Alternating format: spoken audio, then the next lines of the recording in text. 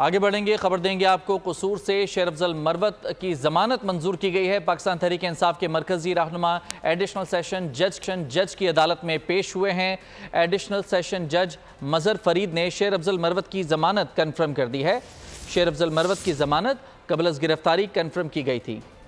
आसिम जावेद से मजीद जानेंगे। आसिम बताएगा क्या तफसीलात हैं। जी बिल्कुल पिछले दिनों ज़मीनी इलेक्शन से पहले खुड़िया खास में एक जिलसा हुआ था जिसमें शेर अफजल मरवत ने शिरकत की, जबकि दफा 144 के नाफज के तहत उन्होंने ये जिलसा किया गया और जिलसे के दौरान इनकी गिरफ्तारी के लिए गिरफ्तारी की गई। और इसके अलावा उसके बाद आज एडिशनल सेशन जज मजहर फरीद ने शेर अफजल मरवत की जो जमानत है वो कंफर्म कर दी है और उन्हें यहाँ से रिहा कर दिया गया। बहुत शुक्रिया आपका तफसीलात के लिए।